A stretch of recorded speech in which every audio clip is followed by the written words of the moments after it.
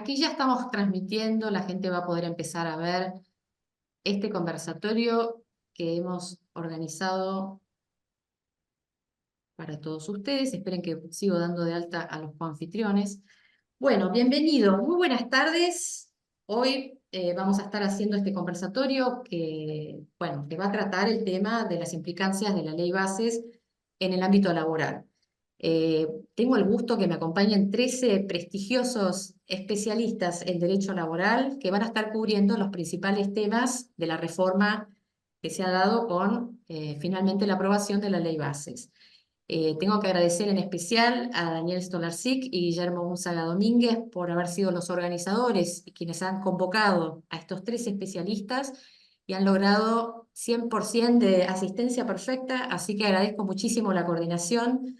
Y bueno, y para no perder tiempo, porque son 13 y además tenemos el desafío de que tienen que hablar 7 minutos y tienen que cumplir con eso, vamos a ver, yo voy a anotar quién cumple y quién no acá al costadito, después voy a pasar lista.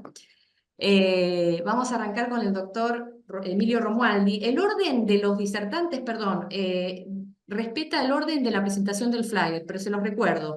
Emilio Romualdi, Luis Raffagelli, Daniel Stolarczyk, Mariano Natale, Juan Facundo Temperoni, Sergio Arce, Nahuel Altieri, Eduardo Curuchet, Aldana Faviche, Analía García, Silvana Alejandra Salomón, Guillermo Unzaga Domínguez y Clarisa Rita de Arce.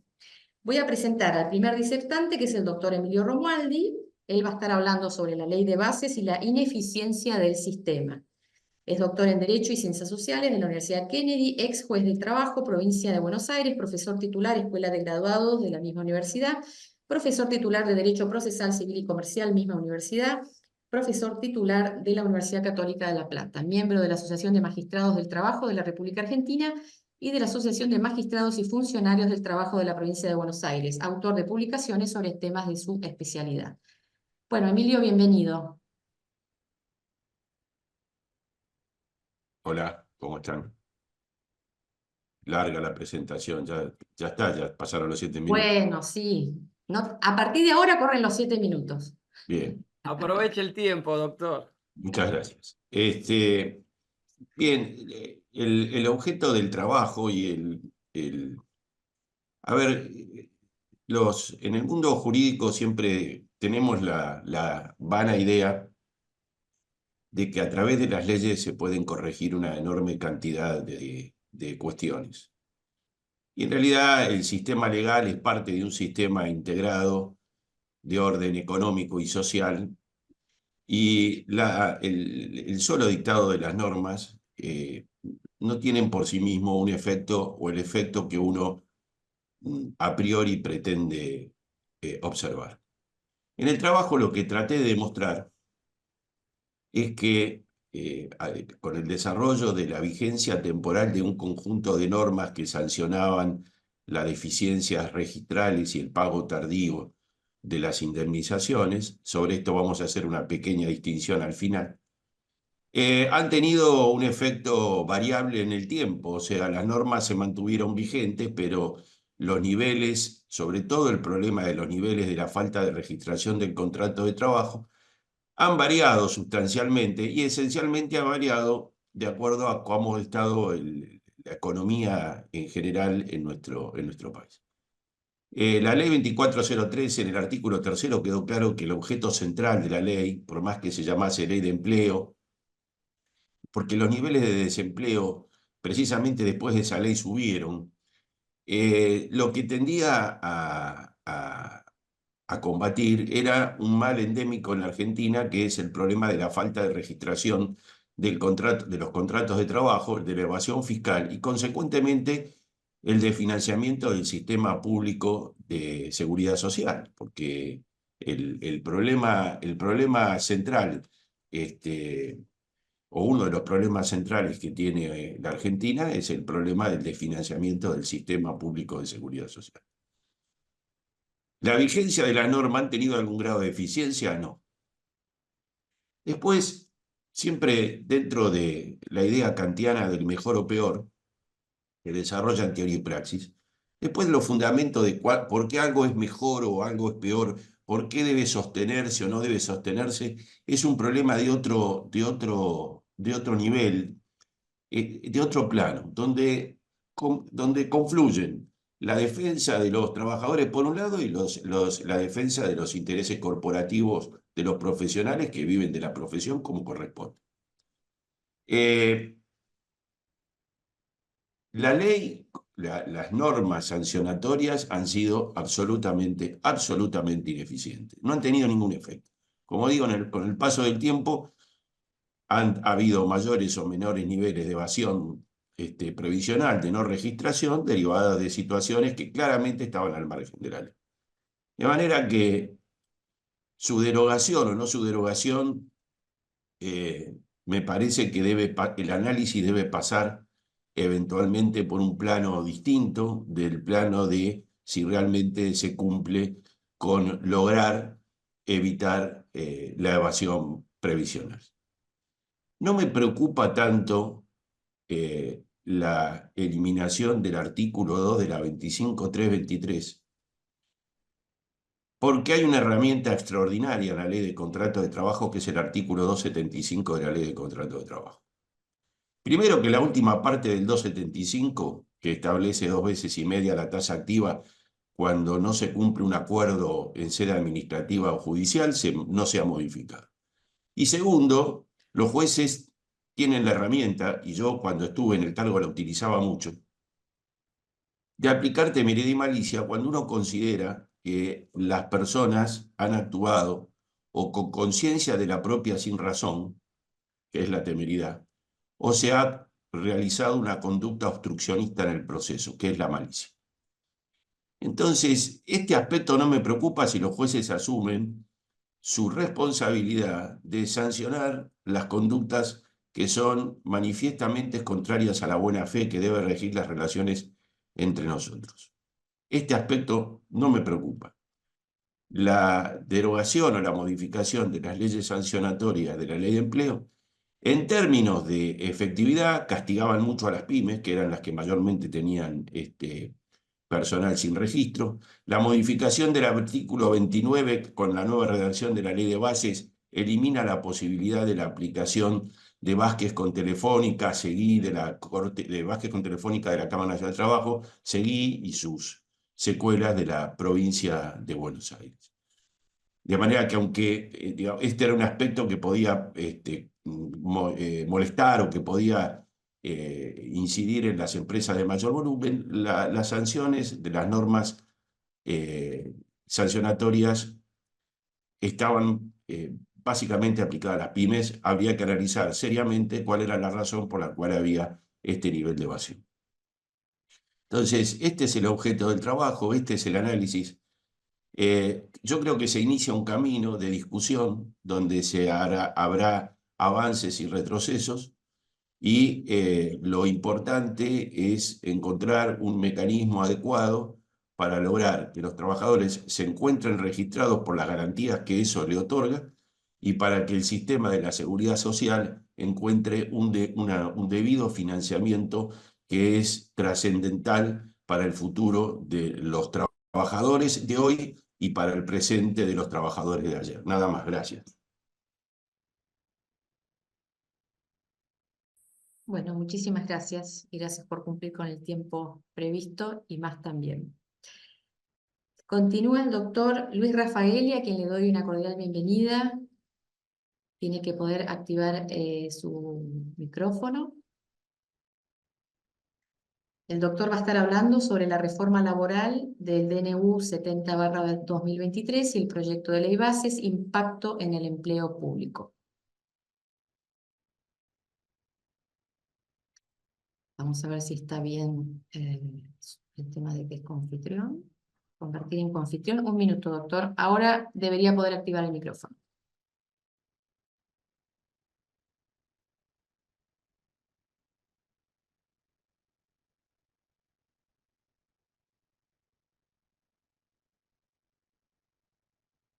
Se desconectó, me parece. No, no, No no, yo está lo ni- estoy viendo. Acá. Bueno, La parte de abajo, todavía que doctor, tiene que tener un micrófono tachado, lo tiene que destachar, digamos, como para Hola. poder... Ahí está. Hola, hola. Sí, sí, Bien, perfecto. muy buenas tardes, ¿cómo están? ¿Qué tal? Buenas tardes. Bueno, Ahora sí.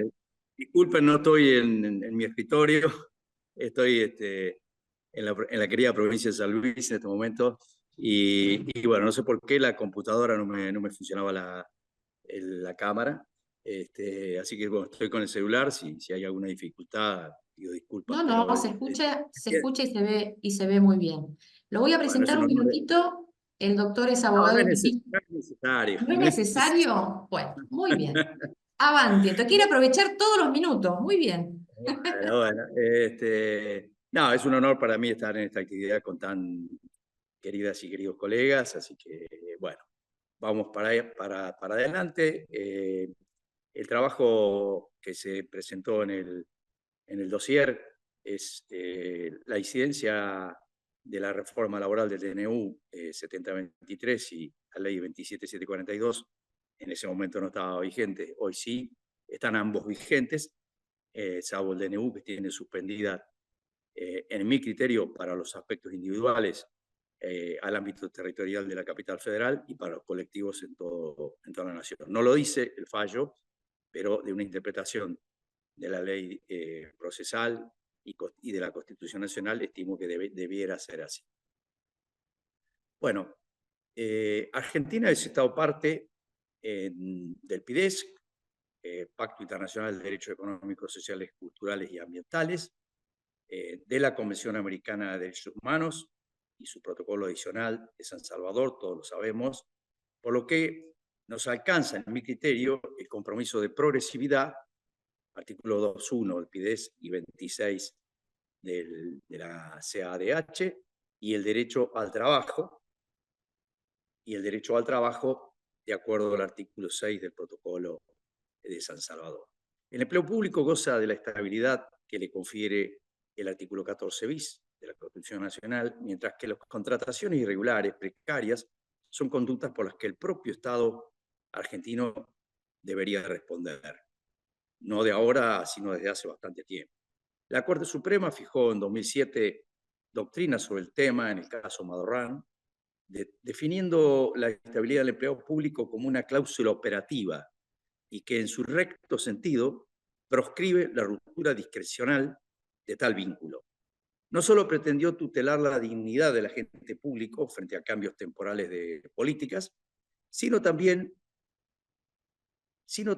tributar a la realización de los fines para los cuales existen las instituciones en las que aquellos prestan sus servicios. El DNU no contiene normas específicas respecto a las relaciones individuales del empleo público, pero alcanza, en mi criterio también, a sus organizaciones sindicales. Con la pretensión de establecer las bases para la reconstrucción de la economía argentina, el título cuarto aborda derogaciones, modificaciones e incorporaciones legislativas.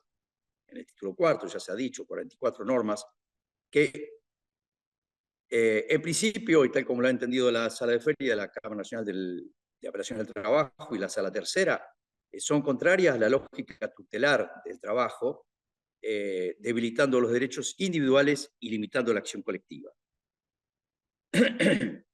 Profesores de Derecho del Trabajo de todo el país declararon: importa una negación del orden jurídico fundado en la supremacía de la Constitución Nacional, inadmisible en el Estado de Derecho.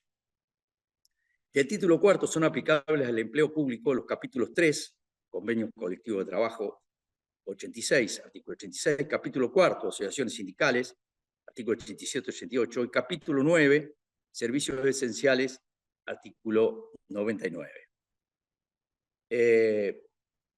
Respecto del empleo público, un segundo, un problemita.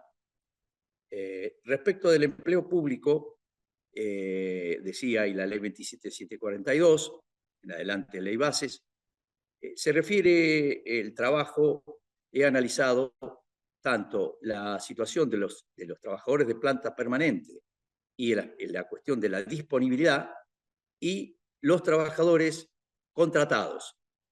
En cuanto a la disponibilidad del personal de planta, el título 1 declara la emergencia pública en materia administrativa por el plazo de un año, otorgando amplias facultades al Poder Ejecutivo que aborda la reforma del Estado, la reorganización administrativa y el empleo público. declama el objetivo de mejorar el funcionamiento del Estado y reducirlo para disminuir su déficit. Pero al mismo tiempo se disminuyen las garantías de la Ley 2564, que establece el marco regulatorio del empleo público en materia de disponibilidad, y lesiona el derecho al trabajo. El régimen disciplinario incluido disminuye los días de inasistencia para las cesantías y la cantidad de evaluaciones negativas al mismo efecto. Alarga en favor del Estado el plazo de prescripción liberatoria en la aplicación de sanciones disciplinarias y deroga la posibilidad de los convenios colectivos de prever acciones de reconversión laboral.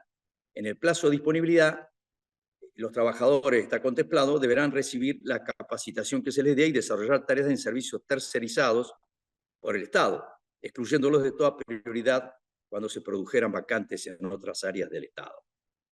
Personal contratado corresponde decir, así muy brevemente, que la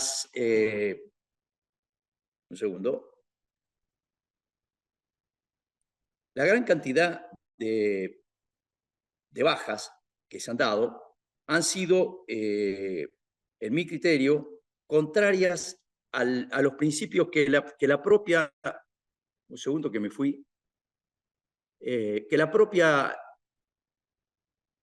ley y la propia Corte Suprema de Justicia de la Nación estableció en los fallos que he mencionado y particularmente respecto del personal contratado, los criterios establecidos en Ramos, luego extendido a Serigliano para el personal del Gobierno de la Ciudad Autónoma de Buenos Aires.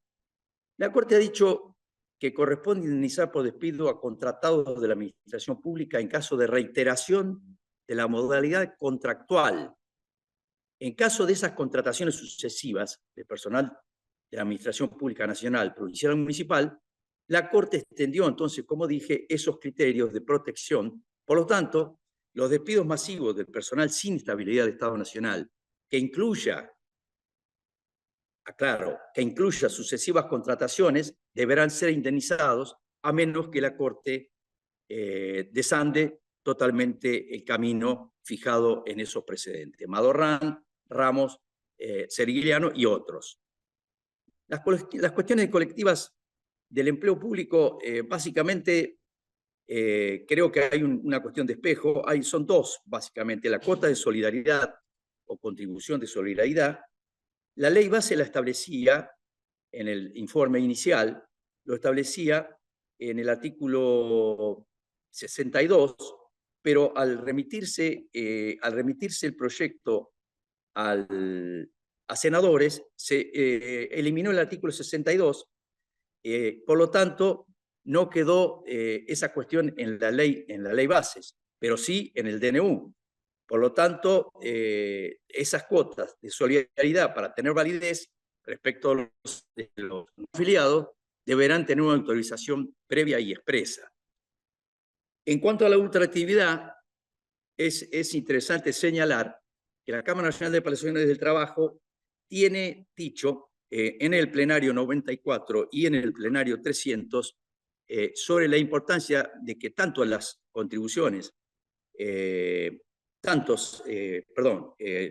el tema anterior, de la ultraactividad, que las cláusulas, tanto las cláusulas normativas como las cláusulas obligacionales, subsisten los efectos hasta tanto se firme un nuevo convenio colectivo. Ahora bien, tenemos el problema de que esa norma está vigente, pero está suspendida. Entonces, la pregunta es, ¿cuál es el alcance, como dije al comienzo, de esa suspensión? El Comité de Libertad Sindical de la UT ha considerado que la regulación legal de la ultraactividad no viola el derecho a la negociación colectiva y es coherente con la libertad sindical. Esta modificación, objetivamente, en mi criterio, provocará el desfinanciamiento de los sindicatos en esa parte, violando garantías establecidas por el Convenio 87. En cuanto a la libertad sindical, si bien es cierto que el artículo 94 de la ley bases no se aplica al empleo público, lo cierto es que las características de esta norma en cuanto a que presume la existencia de injurias graves en caso de violación de la libertad de trabajo, en caso de ocupaciones al establecimiento o bloqueos, es indudable que tiene un efecto disciplinador que expandirá el ámbito de aplicación en la realidad. El otro tema que me parecía importante señalar, y ya voy finalizando, es el tema de los servicios esenciales. El tema de los servicios esenciales, la ley que ahora se considera derogada, el artículo 24 de la 25877, siguió el criterio de la jurisprudencia administrativa de la Organización Internacional del Trabajo, considerándolo aquellos servicios sanitarios y hospitalarios, la producción y distribución de agua, electricidad y gas y el control del tráfico aéreo. Se ha ampliado injustificadamente el listado de actividades, inclusive se han incluido actividades como el transporte y la educación, que ya el Comité de Libertad Sindical de la OIT tuvo oportunidad de descalificar como tal, y que evidentemente produce un efecto limitativo del derecho de huelga. El DNU 70/23 puede ser invalidado por vía constitucional, teniendo en cuenta el análisis del 99, inciso 3, que hizo la Sala de Feria de la Cámara Nacional de Preparación del Trabajo, o aceptado con argumentos oblicuos, que podría suceder en este marco de inseguridad jurídica y de endeblez jurídica que hay en estos momentos. Aceptado con argumentos oblicuos, como por ejemplo la no existencia de caso por la Corte, pero más tarde o más temprano también deberá revisar su contenido, ya sea aceptándolo como no contrario a la Constitución o lo contrario, o devolviéndolo a la Cámara para que se exprese, a la luz de las garantías que establece y que he mencionado rápidamente la Constitución Nacional y las normas derivadas del derecho internacional de los derechos humanos. En mi criterio, también me parece que la ley 27742 de bases va a meritar un examen de constitucionalidad y convencionalidad. Muchas gracias, colegas. Muchas gracias, doctor Rafaeli. Muy bien, vamos a seguir con lo que estaba previsto, que es el doctor Daniel Stolarczyk, que va a estar hablando sobre el artículo 245 bis, el despido discriminatorio. No sé, Daniel, si querés que hable un poco sobre vos o preferís. No, por mí no es necesario. Muy bien. Adelante entonces. Bueno, pongo el cronómetro para no pasarme. Rápidamente no puedo dejar de agradecerte a vos, Irene, a Microjudice Argentina, que nos hayan habilitado las puertas a Guillermo Únceda Domínguez y a mí para poder organizar este conversatorio como una extensión del segundo número del dossier de actualidad en Derecho del Trabajo, de la cual acá hay algunos autores y también hay autores del primer número. Así que no quiero usar mucho tiempo, este agradecimiento rápido, y también a todos los que participan de este conversatorio, que han dispuesto de su tiempo para poder estar hoy acá, todos prestigiosos juristas. Bueno, yendo al tema que me toca a mí, mediante el artículo 95 de la ley 27742, más conocida como la ley Bases, se incorpora en la ley de contrato de trabajo el artículo 245 bis, que se propone como una norma específica para el derecho laboral en los casos de despido discriminatorio, es decir, para reparar el daño producido por un despido motivado en causas discriminatorias. Digo, se propone porque ya no son pocos los que dicen que se trata de una norma antidiscriminatoria que discrimina. Como se advierte de esta ley, parecería que más que intentar reparar el derecho, el daño por despido discriminatorio, parece querer limitar esa reparación del daño frente a otra norma que es de carácter general, que ya rige de hace muchos años aquí en la Argentina, que es la ley 23.592, norma que también se aplica en el derecho laboral. Esto ya lo ha dicho la Corte Suprema Federal a través de fallos como Álvarez con Cencosud, Licori con Colegio de Abogados y tantos otros, y también lo han dicho las Cortes Provinciales y la jurisprudencia, en que no hay ninguna disposición jurídica o ninguna inhabilidad para que esa norma se aplique en el derecho, en la relación del trabajo, y de hecho, a través de los fallos se aplica una norma que prevé una reparación plena, a diferencia de lo que se advierte que prevé el artículo 245 bis. Este artículo trae una serie de enunciaciones respecto de cuándo debe ser considerado un despido en carácter discriminatorio. La ley no aclara si esta lista que trae o esta descripción que trae es meramente enunciativa o taxativa, pero en la redacción de la misma o en los términos que se encuentra redactado, parecería que es taxativa, con lo cual de esta manera lo que está produciendo es dejar fuera de la reparación específica en el campo de las normas laborales, de la ley laboral de fondo, otro tipo de discriminaciones que no están contemplados allí. Alguna de esta lista descriptiva, esta disposición del 245 bis ya está contemplada en el DNU 7023 y fue replicada por el Poder Ejecutivo al presentar el segundo proyecto de ley BASEX, no estaba contemplado en el primero, cuando advierte que a través de la Sala de Feria y la Cámara Nacional del Trabajo se declara la invalidez del capítulo laboral de contenido en el DNU 7023. La replicó, es la misma norma. Y ya con el DNU 7023, algunos juristas advertían o entendían que dentro de esta lista descriptiva podría abarcar también a la discriminación por actividad sindical. Actividad que, como sabemos, está tutelada por la ley 23.551, la ley de asociaciones sindicales, porque dentro de esta lista descriptiva dice que, leo rápido la lista, no importa, ¿no? Será considerado despido por un acto discriminatorio aquel originado por motivos de raza o etnia, religión, nacionalidad, ideología, opinión política o gremial, ¿no? Después sigue sexo o género, orientación sexual, posición económica. Y alguien pensaba que también abarcaba a las cuestiones sindicales. Hago esta salvedad porque la ley, a su vez, a diferencia de lo que prevé la norma general, prohíbe la retrotracción, digamos, del despido, es decir, nulidificar el despido motivado en causas discriminatorias. La ley 23.592 prevé, no específicamente, por supuesto, porque no es una ley solamente para el fuero laboral, la nulidad del despido, pero sí prevé finalizar con los actos discriminatorios o ponerle freno, es decir, en el terreno laboral se traduce nulidificar los despidos producidos por una causa discriminatoria, pero sin embargo el artículo 245 lo prohíbe expresamente. Otra cuestión más que retrotrae a lo que ya la doctrina y la propia norma tenían regulados.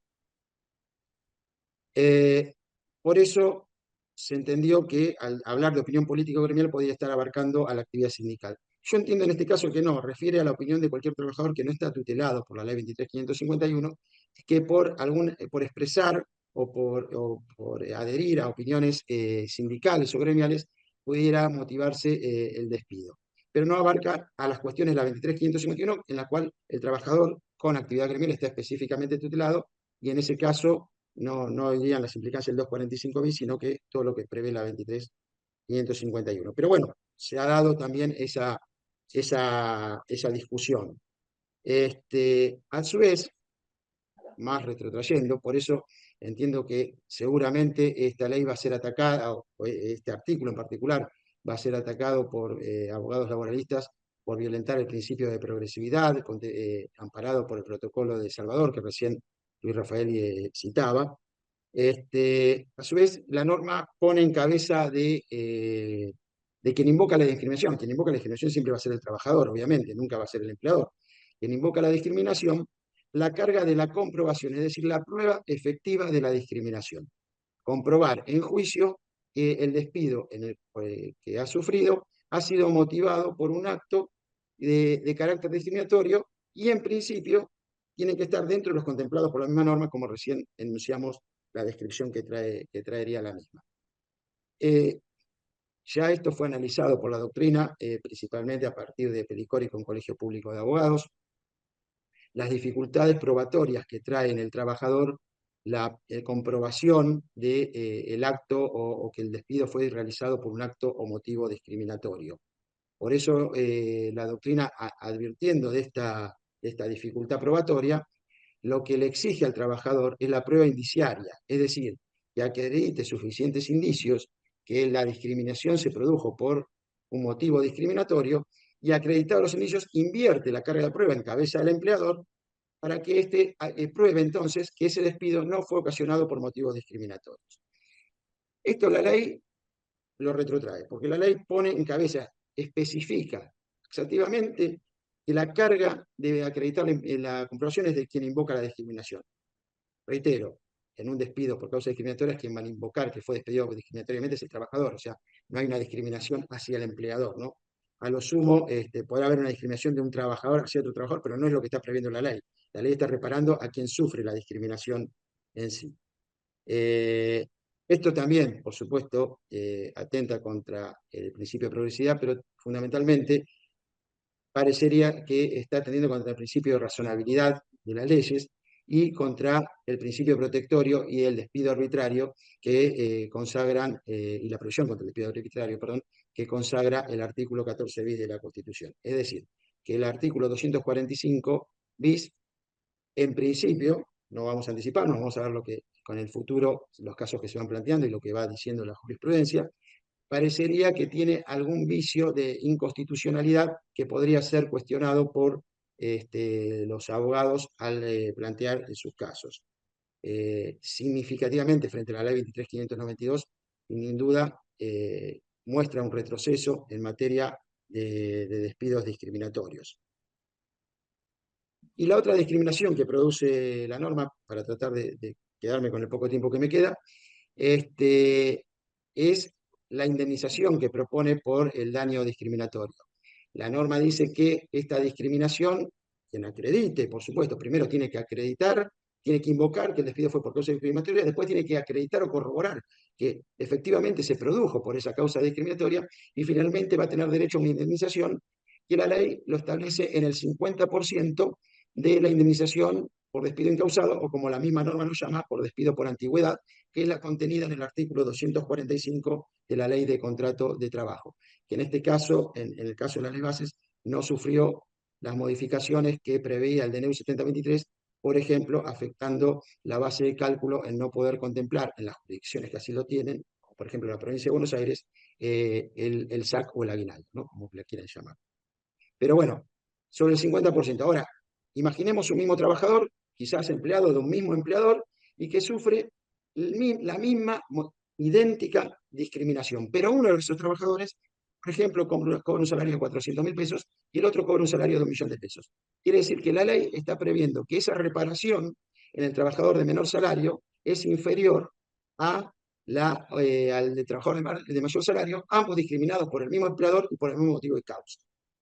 A su vez, la ley faculta al juez, si considera suficientemente grave la discriminación, como si alguna discriminación fuera menos grave que otra, faculta al juez para que esta indemnización se alcance el 100% del 245. Esto ya lo contemplaba la ley 25013 en el derogado artículo 11, en ese momento era el 30%. Voy a frenar acá porque estoy sobreexcedido de tiempo, no quiero sacarle tiempo a nadie, así que les agradezco a todos por su participación y por la paciencia. Gracias, Daniel. Bueno, ahora Natale tiene 3 minutos, no 7. No, mentira. Natale, Mariano Natale va a estar hablando sobre la justa causa en la ley de bases. Adelante. Bueno, buenas tardes, muchas gracias a todos, a todas. Gracias a la editorial Microiberi por la invitación. Gracias a los compañeros de panel por compartir con ustedes y al público en general. Vamos a hablar de este artículo 242 con su agregado. Así que voy a tratar de ser lo más puntual posible y ser lo más subjetivo posible. El artículo 242 en sí habla de la justa causa para la extinción de contrato de trabajo, la ruptura del contrato de trabajo. El decreto 7023, en su artículo 80, modificaba el artículo 242 y agregaba, digo agregaba porque el decreto está suspendido en lo que hace en materia laboral, conforme el fallo de la Cámara Nacional de Apelación en el Trabajo, Sala de Feria, CGT contra Estado Nacional, agregaba 3 supuestos o casuísticas para tratar de entender cómo tiene que despedir el empleador cuando a un trabajador se le ocurre hacer una huelga. Entonces, pues no va a hacer cosa que el empleador le rompa la empresa o le desprotejan los bienes. Entonces, en la intención propia de poner a los bienes por sobre la persona de trabajo, lo que se hace es darle un catálogo como que el juez tiene que apartar de eso y aplicarlo para despedir con justa causa. Entonces, el decreto 7023 era un poco más duro, si se quiere, porque en espejo, la ley 27742, que hoy nos reúne en lo que hace en materia laboral, en el artículo 242, digo en espejo, dice casi en espejo porque dice podrá configurar grave injuria laboral, y lo voy a leer muy breve porque esto es demasiado novedoso, entró en vigencia el martes pasado, 9 de julio, que dice, se presume que existe injuria grave cuando, durante una medida de acción directa, a. Se afecte la libertad de trabajo de quienes no adhieren a la medida de fuerza mediante actos, hechos, intimidaciones o amenazas. B. Se impida o obstruya total o parcialmente el ingreso o egreso de personas y o cosas al establecimiento. C. Se ocasionen daños en persona o en cosas de propiedad de la empresa o de terceros situados en establecimientos, instalaciones y demás. Y por último, le dice, previo al extracto, el empleador deberá intimar al trabajador al cese de la conducta injuriosa. Pero acá le viene un elemento valorativo superior y subjetivo por excelencia que dice, excepto en el supuesto de daños a las personas o cosas, previsto en el inciso C, o sea, se ocasionen daños a la persona o a la propiedad, que en ese supuesto el empleador se torna inoficiosa la intimación, puede despedir libremente, sin intimar, ni nada por el estilo, es más, hasta sin reconocer quién pudo haber sido el efecto, ¿no? Porque sin haber sido oído. Entonces, en esto empezamos a debatir, y esta es una modificación que se hace a la ley de contrato de trabajo. Entonces, los defensores de Alberdi, les recomiendo que lean Alberdi, porque hay algo muy claro. Alberdi hizo supuestamente la Constitución Nacional, y el artículo 31 impone, y 31 después viene el 75 y 22 con el Pacto de Olivo, pero impone claramente que dice, esta Constitución y las leyes de la Nación son en consecuencia las que se dicten por el Congreso del Tratado de la norma suprema. Entonces, artículo 31, artículo 75 y 22, y viene una ley a derogar o a quitar derechos, como da el 14 bis, que lo dice claramente que el derecho de huelga en el segundo párrafo está incorporado por excelencia. Entonces, estamos rompiendo lo que decíamos en la facultad, la pirámide kelseniana, que yo le digo el triángulo kelseniano, porque claramente la ley está por debajo de la Constitución Nacional, porque el 31, el 75 y el 122 así lo dice. Pero espere, que acá no termina la cosa. No va a ser cuestión de que reglamenten y violenten y cumplan con algo que lo que dice la Constitución. Porque fíjense una cosa, ¿contra qué atenta? Atenta contra el derecho generador de otros derechos, que es la libertad sindical. Fíjese usted, por excelencia, se atenta, no va a ser cosa que a un trabajador se le ocurra hacer una huelga, entonces le tenemos que prohibir porque tenemos que anteponer a la propiedad privada por sobre la libertad sindical. Y les reitero y les aclaro algo, lo que ya saben la mayoría de los que nos están escuchando, la libertad sindical en su convenio 87, dado por la Organización Internacional del Trabajo, es el único convenio que tiene jerarquía constitucional. ¿Pero por qué lo tiene? ¿Por qué a mí se me ocurre? No porque se le ocurre a Natalia. Lo dice claramente, la libertad sindical lo tiene claramente porque está incorporado en el 75 y 622 en lo que hace el Pacto Internacional de Derechos Económicos, Sociales y Culturales y el Pacto Internacional de Derechos Civiles. Entonces, y su protocolo facultativo. Entonces, estamos modificando el artículo 242 diciéndole al juez, como si estaríamos en la Francia de 1789, donde el juez tiene que aplicar la ley sin interpretarla, cosa que Francis Geny ya ha demostrado en su clásica, en su librito así chiquitito, Interpretación de las leyes y derechos privados positivos, que el juez debe, para poder aplicarla, tiene que interpretarlo. Y a su vez, como si esto fuera poco, se está violentando la cartilla del Estatuto de la Ciudadanía del Mercosur, donde le da la protección contra el despido o arbitrario por su afiliación e inclusive por su participación en actividades sindicales, incluida la huelga. Entonces, fíjense, y por último, el artículo 242, a los que lo han modificado, queriéndole imponer al juez la forma que tiene que proteger los trabajadores, violentando la Constitución Nacional, violentando el Convenio 87 de la OIT, está encajado al lado del 243, y no es porque se le ocurrió al legislador hace 50 años atrás encajarlo ahí porque sí. No es arbitrario ese encajamiento. Está al lado porque la injuria tiene que ser clara, y no basta con que la injuria sea clara. Además es necesario de ese hecho injuriante que se deba ponderar intereses legítimos afectados que la gravedad de la injuria, la proporcionalidad entre la falta y la sanción, la contemporaneidad y, como si fuera poco, el derecho a ser oído por parte del trabajador cuando el nuevo artículo 142 dice que el empleador puede despedirlo directamente sin siquiera intimarlo.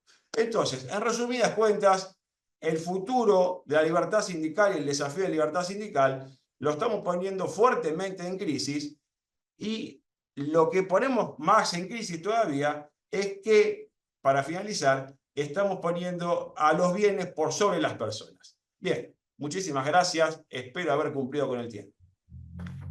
Muy bien, sí. Y te cuento que en Facebook se armó un debate muy interesante.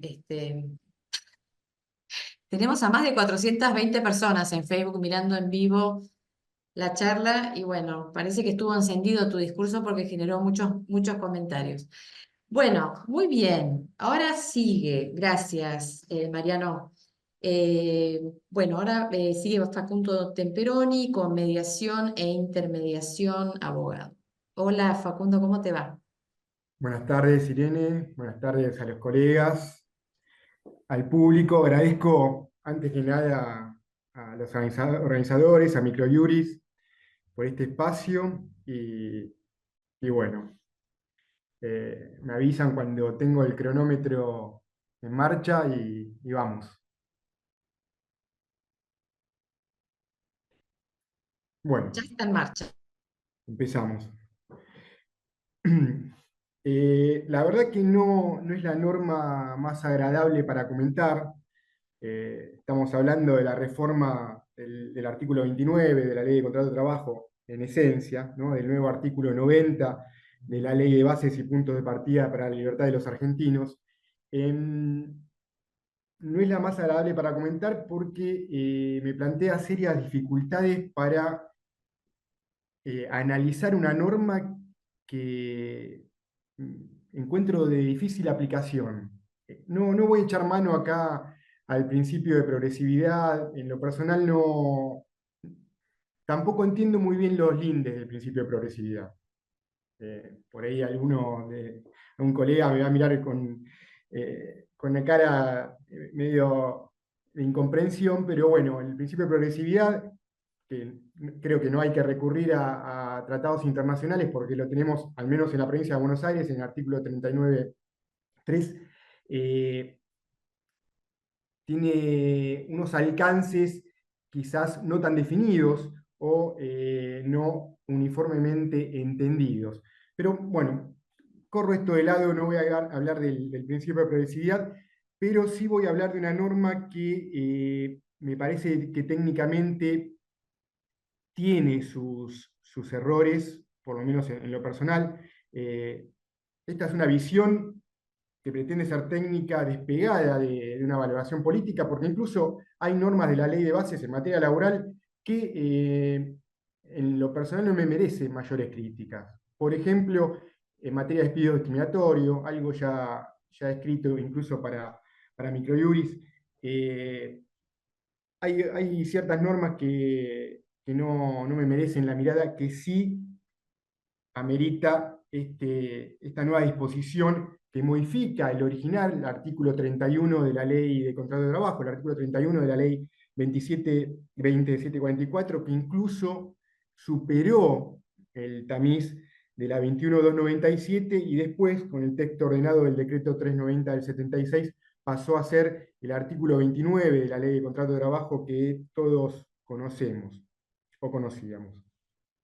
Este artículo 29, al igual que el artículo 31, en su primera parte disponía que los trabajadores que habían sido contratados por terceros con vistas a proporcionarlos a las empresas serán considerados empleados directos de quien utilice su prestación.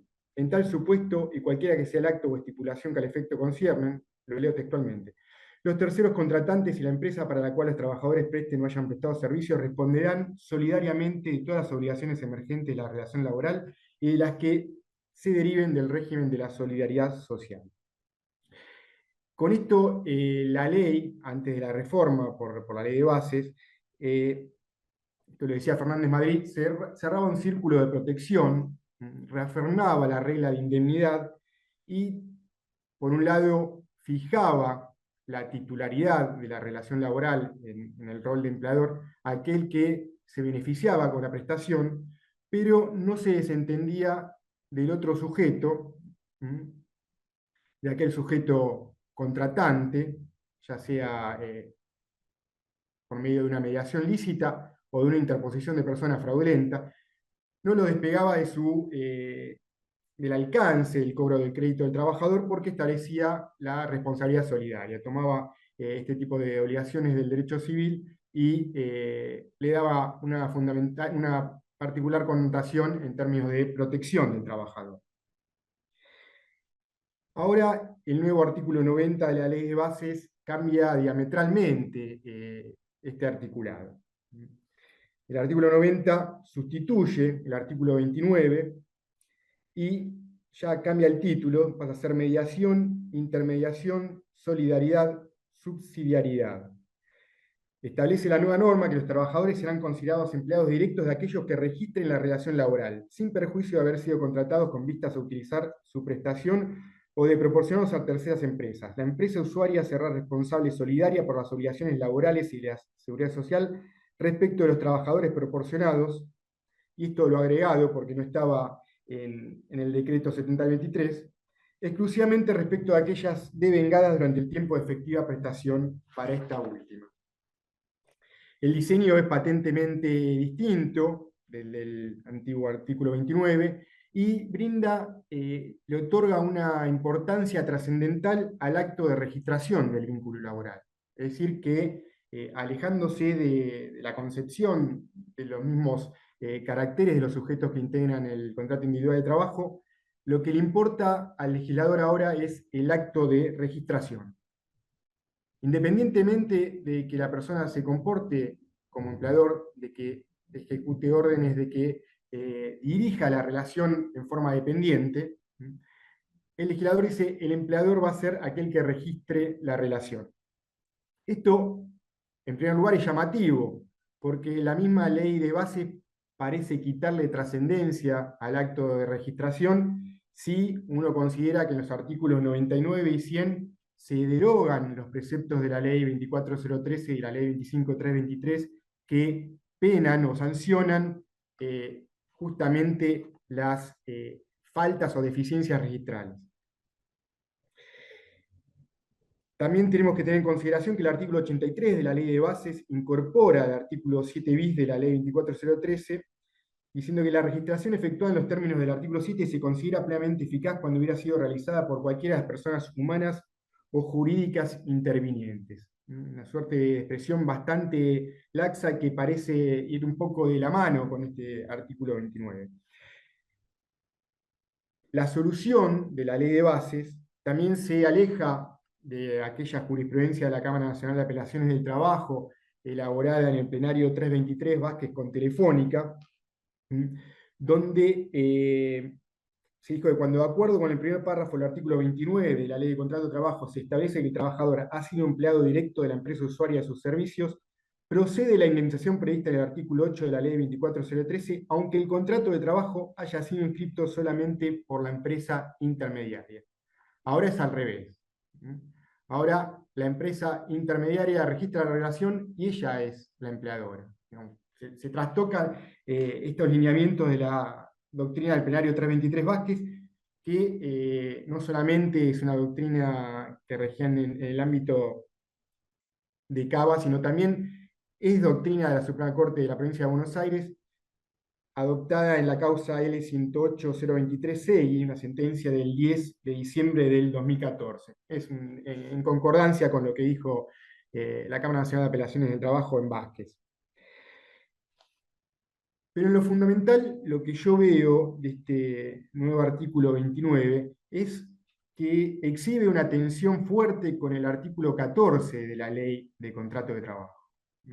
Es más, tan fuerte la tensión que me hace dudar cómo podría ser aplicable este artículo 29. Sabemos que el artículo 14 de la Ley de Contrato de Trabajo no fue tocado, no fue modificado, menos derogado por la Ley de Bases, y inserto en las disposiciones generales de la Ley de Contrato de Trabajo establece la nulidad por fraude laboral. Acá sí, la solución del artículo 14 requiere fraude. Será nulo todo contrato por el cual las partes hayan procedido con simulación o fraude a la ley laboral, sea aparentando normas contractuales no laborales, interposición de personas o de cualquier otro medio. En tal caso, la relación quedará regida por esta ley. No solamente la regla del nuevo artículo 29 parece chocar con la del artículo 14, sino también parece colisionar con los conceptos de contrato y relación de trabajo contemplados en los artículos 21 y 22 de la Ley de Contrato de Trabajo, y principalmente con el propio concepto de empleador del artículo 26 de la Ley de Contrato de Trabajo, que tiene en cuenta aquel sujeto, para calificar de empleador, aquel sujeto que requiera los servicios del trabajador. Es decir, el mismo diseño fundamental de la ley en la cual se inserta esta reforma del artículo 90, justamente parece desdecir o quitarle potencia a la nueva norma. Si tenemos una sanción por nulidad, cuando hay fraude, que es la del artículo 14, si tenemos normas que nos definen cuándo estamos ante un empleador, como la del artículo 26, como los artículos 21 y 22, este concepto del acto de registración del nuevo artículo 29 parece girar un poco sobre estructuras no tan sólidas.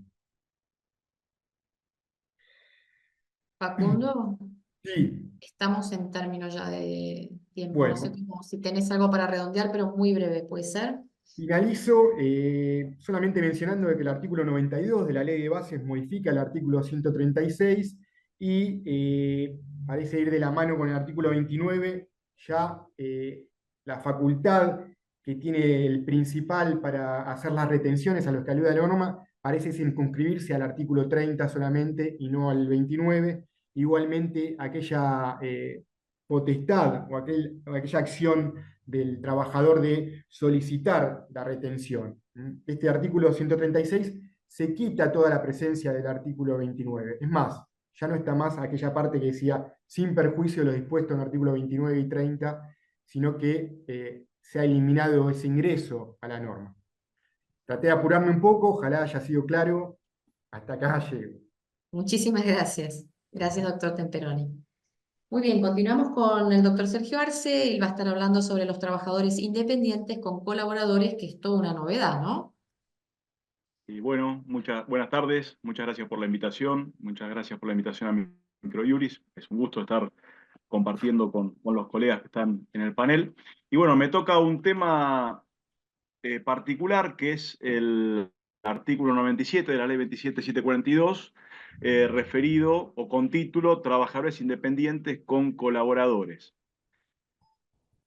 De la lectura del artículo, entiendo que no viene a cambiar demasiado la incorporación de este artículo. ¿Por qué digo esto? Porque si bien el título podría hacer pensar o podría llevarnos a pensar o a referirnos o a vincularlo con estas figuras intermedias entre los trabajadores dependientes y los trabajadores autónomos, lo cierto es que este artículo no habla de eso, es decir, no tiene vinculación o remisencia al famoso TRADE de España, el trabajador autónomo económicamente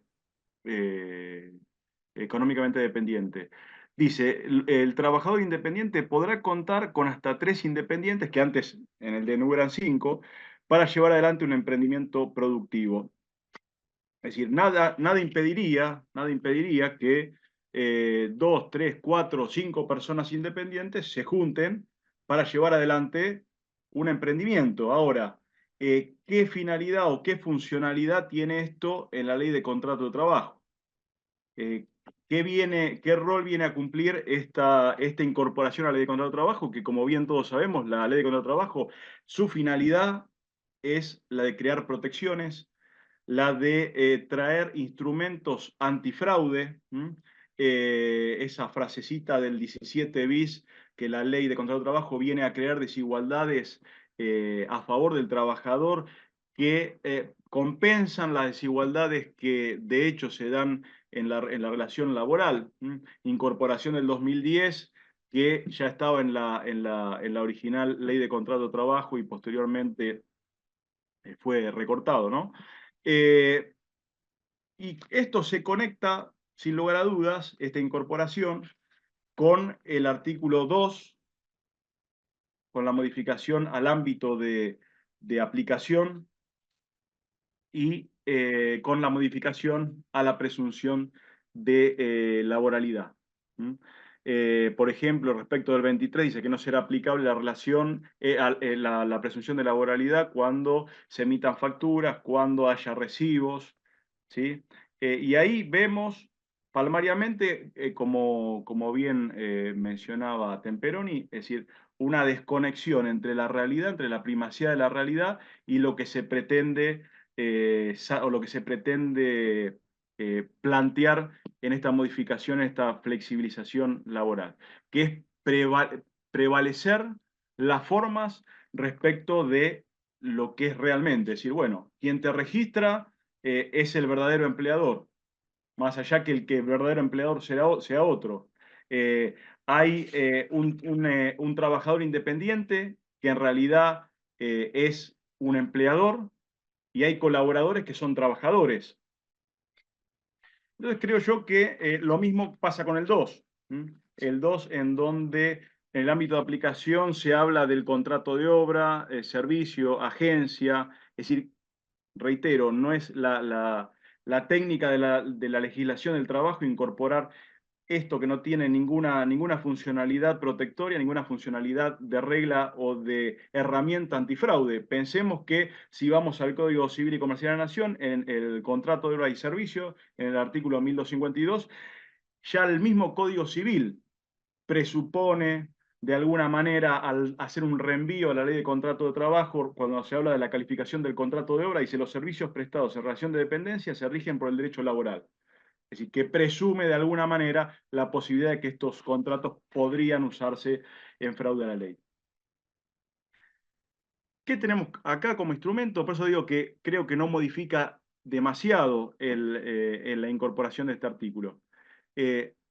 Seguimos teniendo, como bien decía Temperoni, el artículo 14 de la Ley de Contrato de Trabajo respecto del fraude laboral. Seguimos teniendo los conceptos de lo que es empresa, del artículo 5, y ahí creo que va a ser fundamental este concepto de empresa como la estructura, como la organización de medios materiales, inmateriales y personales para la concreción de un fin, ya sea la producción de un bien o la prestación de un servicio o un beneficio, y la incorporación de esa fuerza de trabajo de la persona a una organización ajena y el empresario, ¿sí? El empleador, ¿quién es el que puede dirigir, controlar, sancionar esa fuerza de trabajo que se pone a disposición? Entonces, herramientas, creo yo, el 5, el 21, las obligaciones recíprocas en el marco del sin alarma contractual, el artículo 22, el concepto de trabajador y el concepto de empleador del artículo 25 y 26. Lo que sí creo que va a cambiar, sin perjuicio que entiendo yo que esto no modifica la primacía de la realidad, sí creo que puede incidir en la conducta de los empleadores. ¿Por qué digo esto? Un empleador que dice, bueno, yo tengo 2 trabajadores, 3 trabajadores. Bueno, no los registro porque son colaboradores, yo soy independiente y son colaboradores.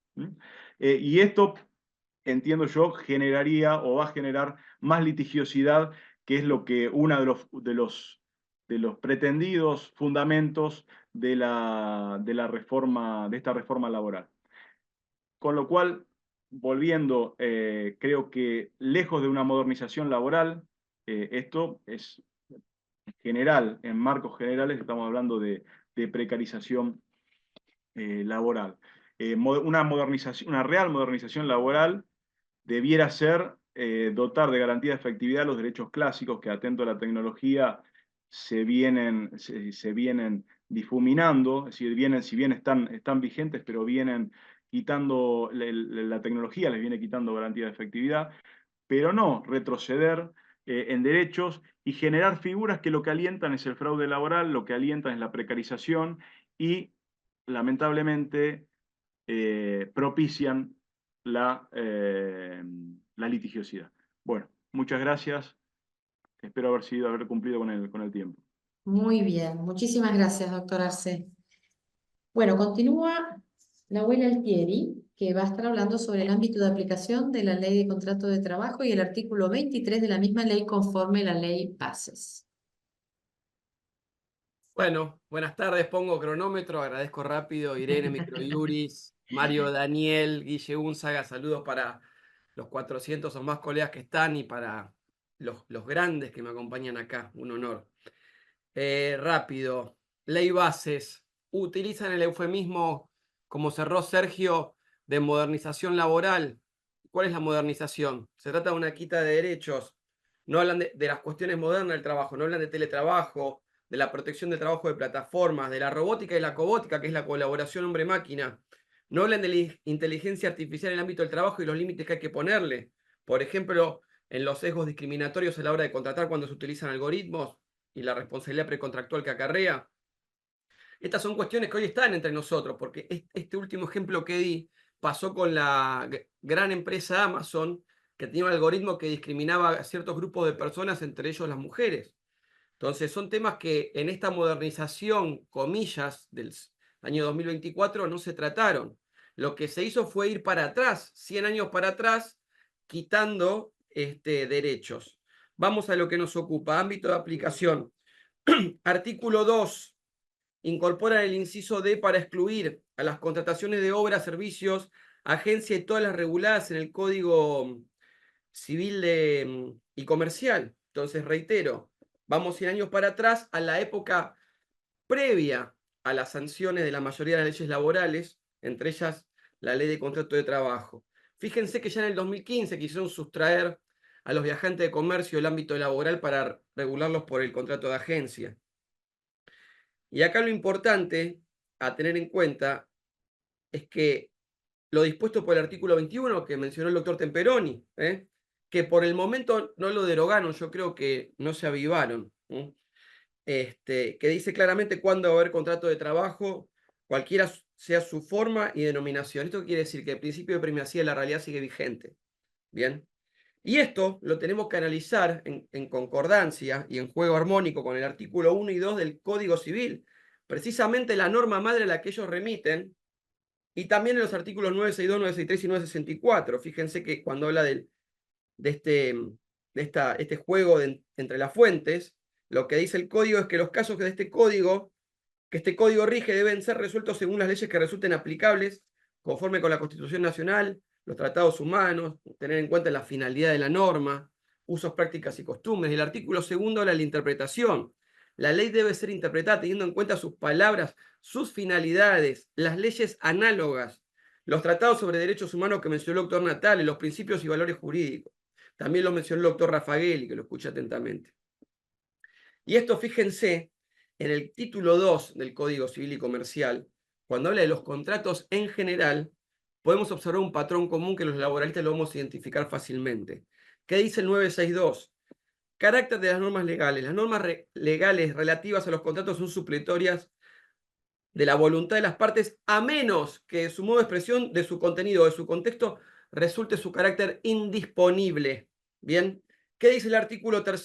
Prelación normativa, que mencionó también ahí el triángulo Natale, el triángulo de Kelsen.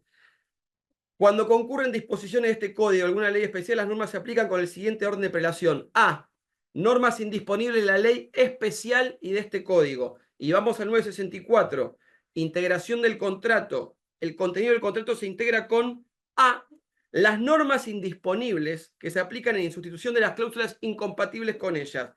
¿Y cuáles son entonces las normas indisponibles en el contrato de trabajo? Todas las normas que hacen el orden público laboral, incluyendo pero sin limitarse a la ley del contrato de trabajo. Por eso este intento de recivilizar, es decir, llevar de nuevo las relaciones de dependencia laborales al derecho civil, van a chocar de frente con estas normas precisamente contenidas en el Código Civil. Hasta ahí tenemos el análisis del ámbito de aplicación, que se encuentra bastante relacionado con el artículo 23, que es el de la presunción, que cambiaron, como decía antes, o derogaron la presunción para ciertas cuestiones. ¿Y cuáles son estas? Que la presunción no será de aplicación cuando se trate de contrataciones de obras o de servicios profesionales o de oficios y se emitan los recibos o facturas correspondientes a dicha forma de contratación. O el pago se realice conforme al sistema bancario. Fíjense esto, determinados por la reglamentación correspondiente. Alguno de mis compañeros que habló antes habló de la reglamentación. Digo, qué misterio esa reglamentación, ¿no? ¿La sacarán algún día? Porque también estamos acostumbrados a leyes que nunca fueron reglamentadas en nuestro país. Entonces, y después esa reglamentación va a ser más regresiva que la propia ley, porque puede pasar. Entonces, reiteramos, es importante destacar esto que se suele confundir. No derogan el principio de primacía de la realidad del 21, sino que están derogando la presunción para estos supuestos, que lo vamos a analizar. ¿Quiénes caen acá? Esto para ir rápido porque me quedan 2 minutos. Todos los médicos y anestesistas monotributistas, fallo Cairone, contadores y abogados que trabajan en estructuras medianas o grandes en relación de dependencia encubiertas, muchas veces en situaciones vidriosas, pero lo más importante, porque se supone que, bueno, los profesionales tenemos otro nivel de formación, esto es lo que se presupone de cualquier trabajador, ¿no? Que siempre está en peores condiciones para negociar por su condición de hiposuficiente, pero que en los profesionales no se daría tanto. Entonces, pero esta gente, estos legisladores, como digo yo, que están en los pisos altos acá cerca en Catalinas, mirando el río, tuvieron la audacia de incluir los oficios acá también. Entonces, un electricista, un carpintero, un pintor, un plomero, personas que realicen tareas de mantenimiento, por ejemplo, en forma habitual, bajo los haces de dependencia, como decía Goldín, ¿no?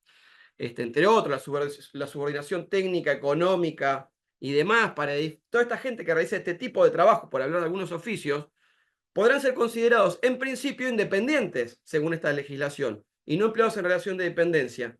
Y tengamos cuidado, porque creo, y ojalá me equivoque, ver a dónde apuntaron estos muchachos. Porque tal vez si consideran al mensajero o al chofer como un oficio, en cuyo caso estaríamos a contramano de la jurisprudencia mundial, los repartidores de comida, de pedido ya o Rappi, no van a poder invocar relación de dependencia y tampoco van a poder hacerlo los choferes o conductores de Uber o Cabify. Entonces, para cerrar, díganme ustedes cuál es la modernidad de esta reforma y cuál es el elemento futurista introducido. 7 minutos en punto, Irene. Muchas gracias a vos y a todos. Gracias, Nahuel. Qué maravilla. Bueno, muy bien. Acá está el cronómetro. Qué Mira. presión para los que siguen, ¿eh? No. Bueno, Está Eduardo practicado Curuchet. esto. Estaba ensayado, muy bien.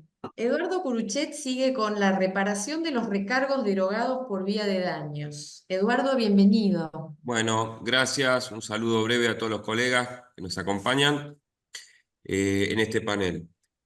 Mirá, en realidad van a ser unas reflexiones. Yo esperaba que sea, o es, un conversatorio en ese formato, más que alguna conclusión, algunas reflexiones acerca de cómo sustituir estas indemnizaciones, estas reparaciones que están derogadas. Yo creo que, y lo escribí en el artículo que compartimos en Microjuris, uno de los ejes del ataque de la reforma, de la ley de bases, es el derecho de daños laborales. Y lo ataca no solamente desde que deroga indemnizaciones, deroga reparaciones, sino también que altera el modo de reparación preeminente, por ejemplo, en materia de despido discriminatorio, que ordena los organismos de derechos humanos para cuando hay la violación de un derecho ius cogens, como puede ser la discriminación. Es decir, el núcleo para mí atacado es el derecho de daños. Ahora, ¿cómo podemos hacer, ya esas normas están en principio derogadas, para dar al trabajador un nivel de cobertura más o menos similar? Y acá reflexionemos juntos. Yo pienso que hay 2 vías posibles. Una es la de la reviviscencia, a mí me gustaría más decir supervivencia, de la norma inconstitucional. A mí me parece que el principio de progresividad, miren, yo recién fui a buscar al galpón esto. Esto es una válvula antirretorno. Esto permite que ingrese y no salga. Así explica Ricardo Cornaglia el principio de progresividad. Si estas normas, por ejemplo, que protegen o encarecen el despido de un trabajador en negro, o que resarcen la necesidad de tener que hacer un juicio para cobrar la indemnización tarifada del 245. Digamos, estas normas las entendemos como normas coadyuvantes de estos derechos sociales que apuntalan, por ejemplo, la tarifa. Yo no tengo ninguna duda que la 25323 es una norma que ingresa dentro de esa transaccionalidad de la tarifa, en el sentido de que la tarifa siempre está concebida para cobrarla rápido, inmediatamente, dentro de los 4 días, dice la ley de contrato de trabajo. Entonces, si no se paga en esos términos, no alcanza con el interés moratorio, hace falta algo más. Entonces, si declaramos la inconstitucionalidad por violar esto, por violar el principio de regresividad, el debate va a ser el siguiente: ¿resucita la norma anterior? ¿Sigue vigente la norma anterior? ¿O podemos recurrir a los principios generales de la reparación? Entre ellos, el artículo 19 de la Constitución Nacional prevé la base o el sustento constitucional del derecho a daños laborales. Para no extenderme, ¿no? Podemos ponernos creativos. Las dos vías son válidas. Yo creo que va a haber una tendencia jurisprudencial por la simplificación a reeditar la norma anterior. Es mi parecer. Veo que Pompa no le gusta la idea. Yo creo que es así. Creo que los jueces van a ser mucho más propensos cuando yo le pido un daño moral por haber trabajado en negro durante 5 años, a decirme, bueno, quizá el 25% por cada mes de la relación y vaya a sacar una solución similar, porque los jueces en general son propensos a los criterios de indemnización objetivos, simples, semiautomáticos. Ahora, este criterio de la reviviscencia está aceptado por la Corte en el caso del Consejo de la Magistratura, en el caso del Colegio de Abogados de la Ciudad de Buenos Aires. Fue criticado el voto en minoría por Lorenzetti, y sin embargo salió toda la doctrina a contestarle a Lorenzetti, entre ellos el gran Sagüez, que escribió un artículo en la reviviscencia de las normas hacia fin del año pasado, y también Kelsen, en su momento, en 1930, hablaba de esto, que si se deroga una ley, ese vacío queda cubierto con la ley anterior hasta tanto se dicte una nueva. Esto podrían echar mano los jueces, algunos no van a estar de acuerdo. Lo que yo pienso que no pueden quedar esos daños sin reparar. No sé cómo vengo con el tiempo. Bien, ¿no? Bueno, digo, hay un derecho de daños que está presente. Estas normas que se derogan cubrían algunos tipos de daños, lo tenemos que poner a conceptualizarlos, a identificarlos. Me parece que el trabajador tiene derecho a que esos daños sigan siendo indemnizados. Me refiero a los casos de trabajo negro, me refiero, por ejemplo, a la no entrega de un certificado de trabajo en términos, por lo cual le puede provocar la pérdida de algún beneficio de la seguridad social. Lo conecto con el artículo 79 de la Ley de Contrato de Trabajo. Hay infinidad de daños que podemos probar. Y el derecho de daños laborales, el hecho de que no esté una tarifa, no quiere decir que no sean indemnizables. En primer lugar, va a estar presente siempre la posibilidad de la reparación perfecta, la reparación en natura. Entonces, por ejemplo, si tenemos un trabajador en negro, podemos pedir que se obligue al empleador a ingresar todos los aportes, el 100% de los aportes omitidos, este tipo de reparación, más una compensación que yo no tengo ninguna duda de daño moral debería por lo menos prosperar. Está en tela de juicio el daño al interés previsional, si es un daño futuro cierto o incierto, no desconozco esa doctrina, pero me parece que nadie puede dudar, por ejemplo, que una persona sometida a trabajo negro durante 5 años, trabajo que la OIT considera como un trabajo no decente, tiene derecho a reclamar algún tipo de reparación. Y esa reparación puede estar asociada al ahorro que tuvo el empleador en materia de aportes y demás durante todo ese periodo. Nos tenemos que poner creativos. Los daños en términos de Código Civil van a ser lucro cesante, daño emergente y daño moral, no hay más. Dentro de estos 3 conceptos tenemos que caminar y, por ejemplo, podemos decir, bueno, me perdí el seguro de desempleo, me perdí una asignación familiar, me la tenés que cubrir, tuve un desembolso porque no tenía obra social y tuve que hacerme cargo yo de un montón de gastos. Esto es daño emergente y lucro cesante, pero me parece que lo más relevante va a ser el daño moral, porque ahí es donde los jueces tienen una mayor discrecionalidad a la hora de cuantificar los daños. Bueno, dejo estas reflexiones, estas 2 vías de reparación posibles. Vamos a ver cómo evoluciona la cuestión. Muchísimas Saludos. gracias, doctor Cruchet. Gracias. Bueno, vamos a seguir con con Aldana Faviche, reparación de los recargos derogados por vía de daños. No, ¿tiene la misma tema, puede ser? Sí, Tienen el mismo tema, Voy a, pensé que había sido un error mío. Muy bien. Aldana, no, bienvenida. voy a sumar algunos aportes a lo que dijo Eduardo Perfecto. para no repetirme. Y en primer lugar, quiero quiero hacer notar que el lenguaje que utilizó el legislador no es inocente. Habla de términos modernización, promoción del empleo registrado, como si fuera un beneficio o una facultad que pudiera llegar a utilizar el empleador, cuando en realidad registrar el empleo es una obligación. ¿Sí? Son inconmensurables los daños que pueden generar esta reforma. En primer lugar, creo que es la reforma introducida al régimen de contrato de trabajo por la ley 27742 no supera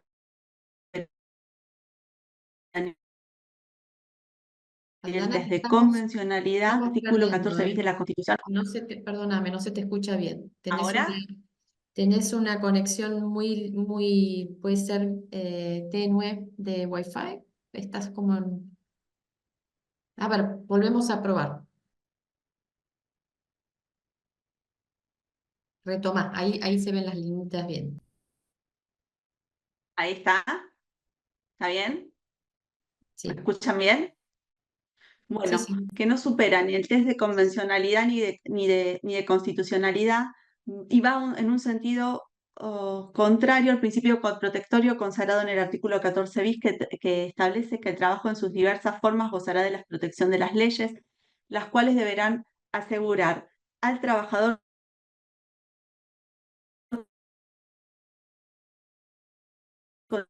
condiciones dignas, el artículo 19 de la Constitución Nacional, al derogar las indemnizaciones agravadas frente a los incumplimientos del empleador, perdón, contra el principio de razonabilidad y contra la cláusula de progreso económico con justicia social y contra la obligación del Poder Legislativo de legislar estableciendo igualdad de oportunidades en las cuales se le garantice el pleno goce y ejercicio de los derechos reconocidos en la Constitución Nacional. El artículo 99 de la Ley 27.742 establece la derogación de los artículos 8 a 17 y al artículo 20, inciso A de la Ley 24.013, el artículo 9 de la Ley 25.013 y los artículos 43 a 48 de la Ley 25.345, el artículo 15 de la 25.727 y el artículo 50 de la Ley 26.844.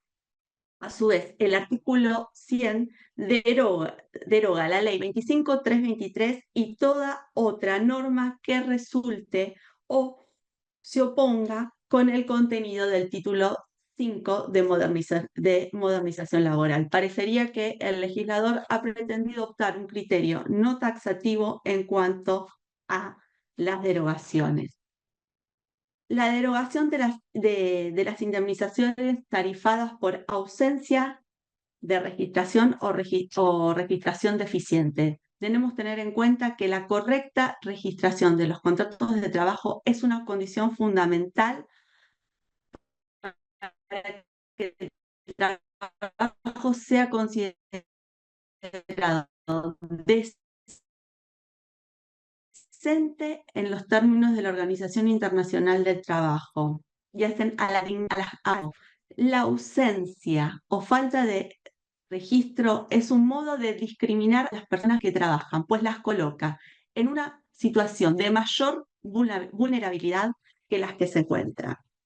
Lo que yo sostengo es que con la derogación de estas normas en cuanto al empleo, a la falta de registración o registración deficiente, lo que se está derogando es la tarifa. y no que no exista daño o que el incumplimiento no genere una obligación de indemnizar. Las personas que se encuentran deficientemente registradas o porque reciben la lesión a su derecho a la estabilidad. Deben enfrentarse con condiciones precarias de contratación, la falta del límite de su jornada de trabajo, salarios magros y también ausencia al sistema de protección social. La falta de registro no solo genera un daño a la persona que trabaja, sino también provoca el desfinanciamiento del sistema de seguridad social. Esto implica un perjuicio al universo de la población. Como operadores jurídicos, hoy tenemos ley vigente que está derogada la tarifa. Yo sugiero, ¿qué es lo que debemos hacer? Ante la falta de registración, seguirlo denunciando en el circuito comunicacional, intimando, manteniendo el plazo de 30 días a que se proceda a regularizar la situación laboral, denunciando fecha de ingreso, jornada, categoría, remuneración, lugar de prestación de tareas. Conforme al artículo 85 de la ley 27 a la ley 24013, que faculta al trabajador a denunciar la falta de registración laboral, solo la falta de registración, pero yo entiendo que también se debería denunciar la registración deficiente ante la autoridad de aplicación, la FIP u autoridades administrativas de trabajo locales. La falta de registro continúa constituyendo una injuria grave que faculta a la persona a denunciar el contrato de trabajo por culpa del trabajador. Estamos analizando qué es lo que debemos hacer para que el daño sea reparado. Considero que tenemos que acreditar en nuestras demandas la existencia de los presupuestos de responsabilidad civil, antijuricidad, incumplimiento, los factores de atribución, la relación de causalidad y el daño. ¿Cómo cuantificar el daño? Creo que vamos a tener que atender a la situación particular de las personas que trabajan, edad, cargas de familia, si se encuentran en una situación especial de vulnerabilidad.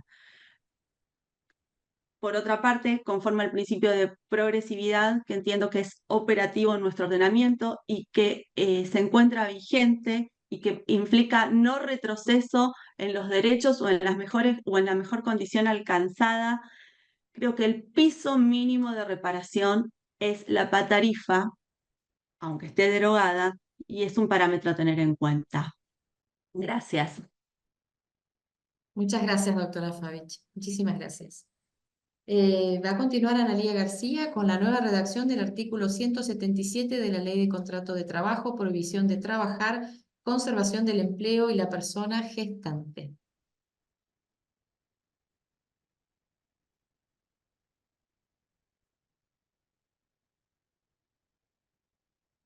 A ver, Analía, un minuto. ¿Tenés permiso de Ahí está, ahora sí, Sí. perdón, perdón. Muchas gracias, Irene. Decía que muchas gracias, especial agradecimiento a Microjuris Argentina por la invitación, a los coordinadores, doctor Daniel Estarlací, Guillermo Unzaga Domínguez. Bueno, trataré de estar a la circunstancia después de haber escuchado a todos y cada uno de los que expusieron adelante mío tan interesantemente. Como bien decís, Irene, lo que a mí me toca en suerte fue la introducción de la persona gestante en la Ley de Contrato de Trabajo. Es otra de las modificaciones realizadas por esta denominada Ley Bases, que sin embargo, al solo advertir que la misma fue agregada en el título 7, denominado Trabajo de Mujeres, sin modificar ese título, pone en evidencia el desconcierto del legislador sobre el tema. Digo esto porque persona constante comprende a toda aquella persona que se encuentra transitando el periodo de gestación, lo que decimos el embarazo, incluida las mujeres o aquellas otras personas que no se identifican con el sexo mujer, pero que tienen la capacidad de gestar. El derecho a ser reconocida a la persona como se siente identificada tiene raigambre constitucional. Está basado en el derecho a la dignidad y a la igualdad de toda persona humana, determinada en los tratados internacionales de derechos humanos, principalmente la Declaración Universal de Derechos Humanos que, como ya se dijo antes, el constituyente de 1994 le otorgó jerarquía constitucional conforme surge el artículo 75, inciso 22 de nuestra ley magna. En este sentido, en el ámbito local, tenemos que recordar que se sancionó la Ley de Identidad de Género 26.743, que en su artículo 2 define la vivencia interna, la identidad de género, como la vivencia interna e individual del género, tal como cada persona lo siente, que puede corresponder o no con el sexo asignado al momento del nacimiento. Por su lado, tenemos que recordar que el artículo 558 del Código Civil y Comercial dice que la filiación puede tener lugar por 3 supuestos: por la naturaleza, por mediante técnicas de reproducción humana asistida o por adopción. La Ley 26.862 de reproducción médica asistida se refiere a estas técnicas de reproducción humanas asistidas, y nuevamente en el artículo 2 menciona que son las técnicas realizadas o procedimientos técnicos para la consecución de un embarazo, quedando comprendidas las técnicas de baja alta complejidad que incluyan o no la donación de gametos o embriones. A modo de síntesis, porque es muy poquito el tiempo, recordemos que gameto es la cédula sexual, que el cigoto es la unión de 2 gametos, que cuando esto ocurre con el tiempo se transforman en embriones, para luego a partir de la semana 10 u 11 se transforma en el feto. Pero además tenemos, de acuerdo a estas técnicas de reproducción asistida que hablamos, la fecundación in vitro, que es la unión de 2 gametos que se efectúan fuera del cuerpo humano, es decir, en el laboratorio. En este sentido, el Código Civil y Comercial también determina que el certificado de nacimiento no puede surgir cuál es la fuente de filiación. Pero también debemos que tener en cuenta que establece que el centro de salud que intervino para las técnicas TRHA o las técnicas de reproducción humana asistidas debe obtener el consentimiento previo e informado de las personas que se sometan al uso de lo mismo. Este consentimiento, que es un acto jurídico que requiere por lo tanto discernimiento, intervención y libertad. Y aclara el Código Civil y Comercial que en su artículo 562, que los nacidos por las técnicas de reproducción humana asistida son hijos de quien dio a luz y del hombre o la mujer que también prestó este consentimiento previo del que recientemente menciono. Ahora, efectuada la aclaración entonces de cómo surge la filiación, vamos a hablar de lo que es la protección de la persona durante el periodo de gestación y qué alcance tiene en el despido por causa de embarazo. La nueva redacción del artículo 177 de la Ley de Contrato de Trabajo, conforme al artículo 93 de la Ley 27742, reitera que está prohibido el trabajo del personal femenino durante 45 días antes o después del parto y agrega en esta prohibición a la persona gestante. Siempre tenemos que entender en cuenta que cuando es la prohibición se refiere hacia el empleador y nunca hacia el trabajador o trabajadora. Permite también la reducción de estos 45 días antes a 45 días después, que se reduzcan los 45 días antes a 10 días como una opción de la persona gestante o la persona interesada, y en este caso el periodo de licencia de posparto se extenderá a 80 días. Para ello también debe sostiene el sistema de comunicar fehacientemente al empleador la fecha probable de parto con la presentación del certificado médico o requerir la comprobación de parte de su empleador. Ratifica la conservación del empleo durante el periodo de licencia y la estabilidad durante el lapso de gestación, así como el derecho de la licencia por enfermedad en los términos del 208 de la Ley de Contrato de Trabajo, como todos sabemos, de acuerdo a la antigüedad que tiene en el empleo, no solamente ahora el personal femenino, sino también todas las personas gestantes. Sin embargo, y sin explicación alguna, el legislador omitió modificar los artículos 178 y 179 de la LCT, que ellos también están incluidos en el título séptimo, que se refiere ni más ni menos que a la presunción del despido por causa de embarazo y al descanso diario por lactancia. El legislador debió incorporar la figura de la persona gestante en la presunción, si es lo que quiso distinguir entre personal femenino y persona gestante, debió incorporar a esta última en la presunción que el despido se produjo por las razones de maternidad o embarazo cuando fue dispuesto dentro del plazo de 7 meses y medio antes o después del parto. Sin embargo, esta omisión no va a ser óbice para aplicar la presunción en el caso de la persona gestante, pues de lo contrario estamos frente a un acto discriminatorio normativo violatorio de los principios de igualdad y no discriminación, contrario a la dignidad humana y claramente alejado del derecho protectorio establecido en el artículo 14 bis de la Constitución Nacional. Y entonces, a modo de conclusión, podemos afirmar: primero, que persona gestante es la que lleva en su cuerpo el cigoto hasta el nacimiento, independientemente si esto es por causa de la naturaleza o por médicos o por métodos de técnicas de reproducción humanas asistidas y en qué sexo se identifica. Celebramos la inclusión de la persona gestante en la Ley de Contrato de Trabajo.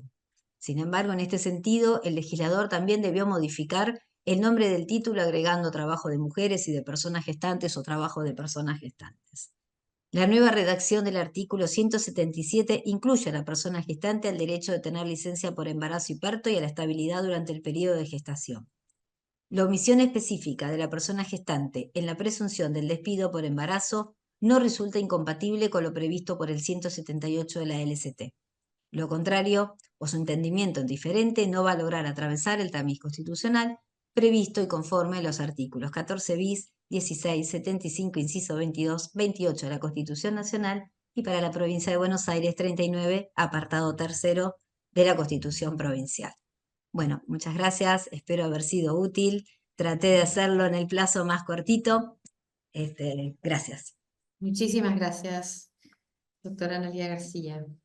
Bueno, continuamos y ya entramos en las últimas tres exposiciones con la doctora Silvina Salomón, que va a estar conversando con nosotros sobre el periodo de prueba.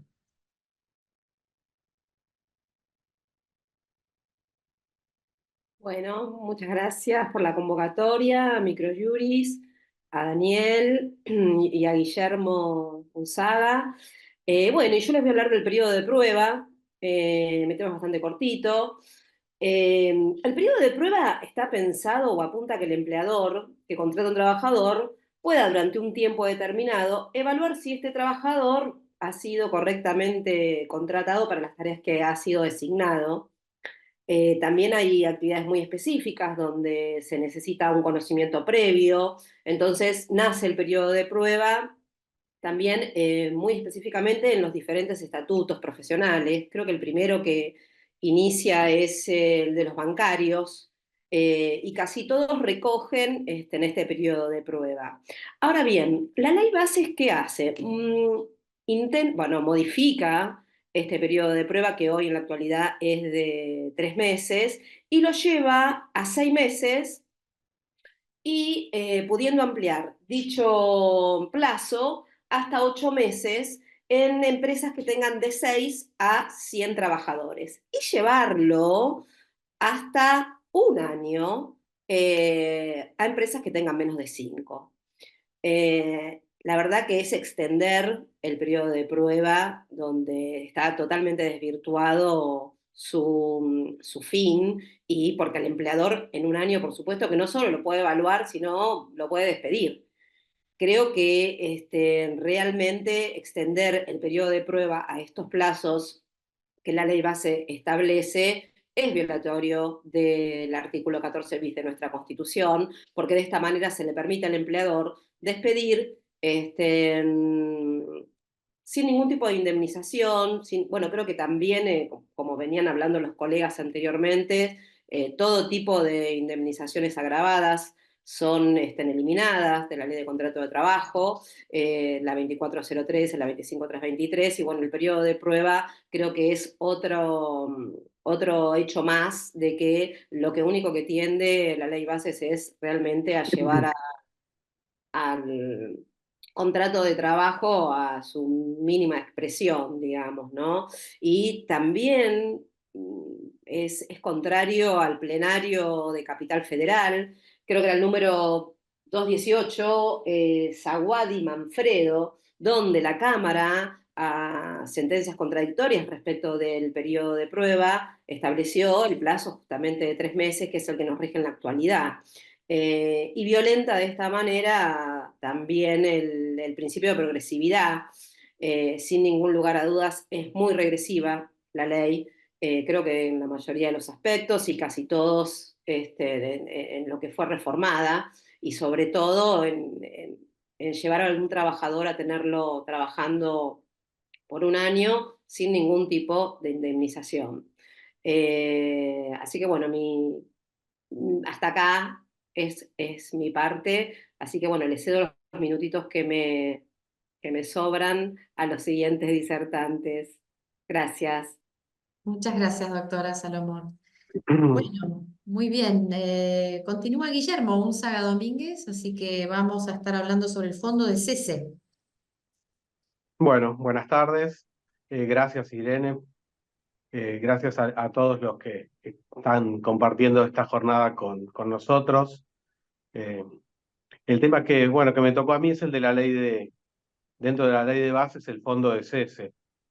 El constituyente, para comenzar, es apropiado recordar que el constituyente le da una manda al legislador en el artículo 14 bis y le dice, protege contra el despido arbitrario. La tradición jurídica de nuestro país ha entendido que esa obligación se cumple por un medio de una indemnización ex post, es decir, ocurrido el evento, despido sin justa causa, el empleador paga la indemnización prevista actualmente en el artículo 245 de la Ley de Contrato de Trabajo. Luego, la Ley Bases, en su artículo 96, también permite que esa obligación a la que hice mención se cumpla por medio de un fondo de cese. En dicha norma, lo que vamos a encontrar es que van a ser los convenios colectivos de trabajo quienes habiliten esta posibilidad de fondo de cese. Es decir, es la negociación colectiva la que va a permitir que se reemplace el sistema de la indemnización por despido del 245 por este sistema de seguros. Indudablemente es muy poco lo que conocemos del fondo de cese.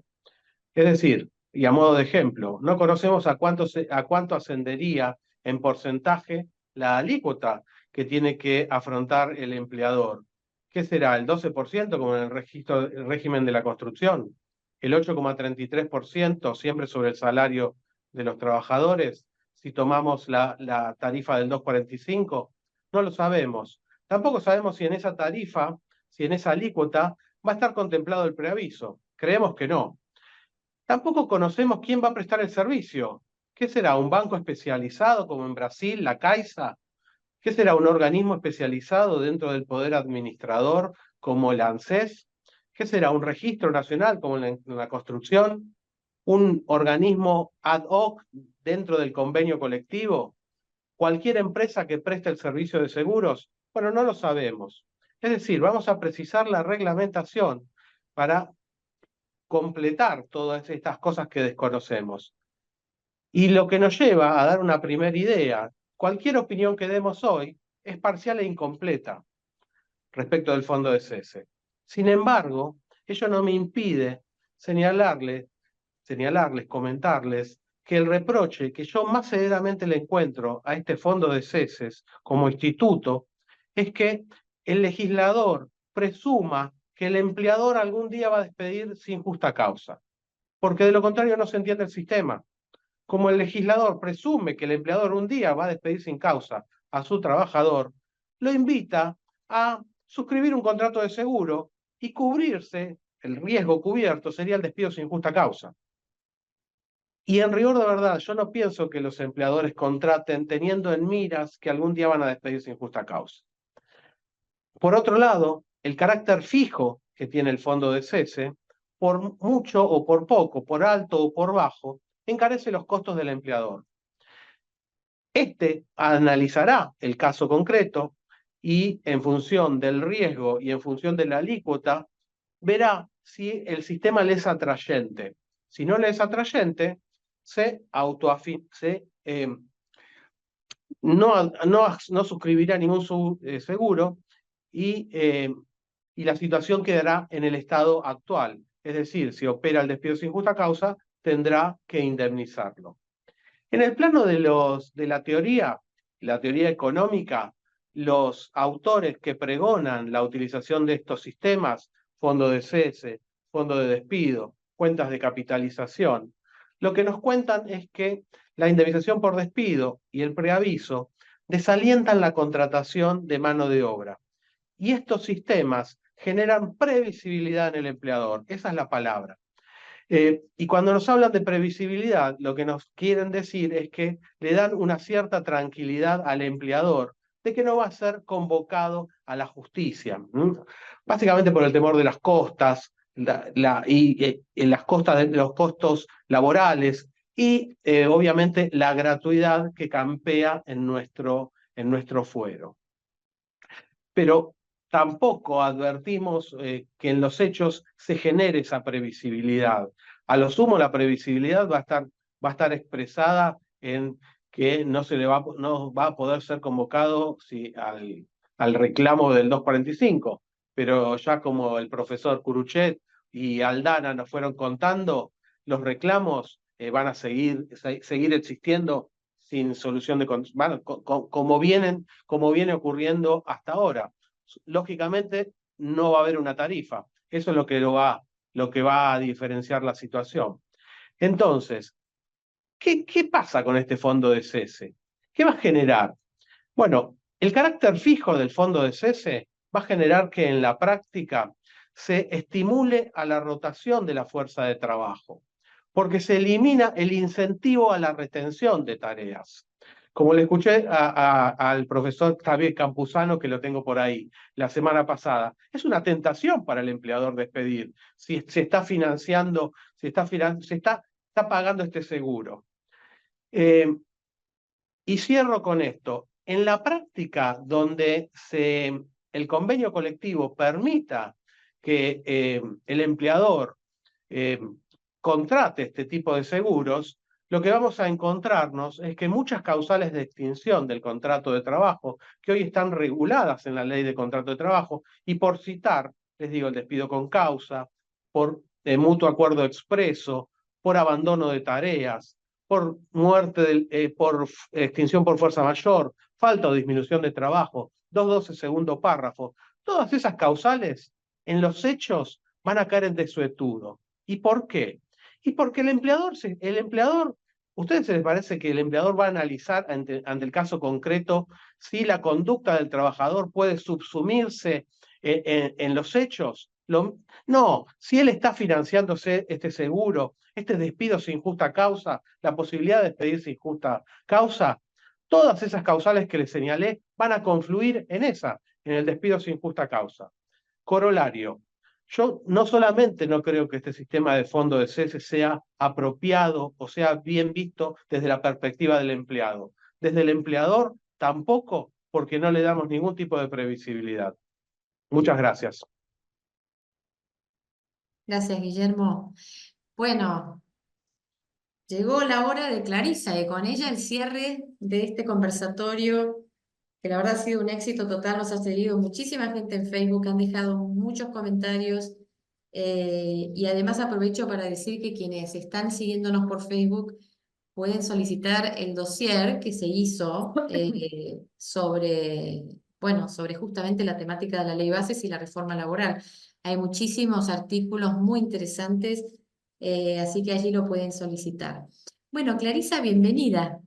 Te ha tocado tu turno para hablar sobre conclusiones de los cambios normativos.